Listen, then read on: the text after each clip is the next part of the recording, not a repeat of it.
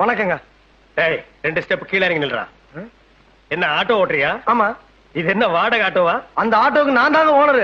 என்னது ஓனரா? 3 டயரையும் ஒரு தார்பாயை நடுவ தொங்க விட்டா நீ ஓனரா? அப்ப டாடா பிர்லாவை எல்லாம் என்னடா சொல்றது? என்னங்க அநியாயமா இருக்கு? அவங்க உங்க பொருளுக்கு அவங்க ஓனருங்க. படுவா நீ ரொம்ப தம் கட்டுற. அடக்குடா. இனிமே ஓனருங்கிற வார்த்தை உன் வாயிலிருந்து வரவே கூடாது. சரி ஒளிஞ்சு போ.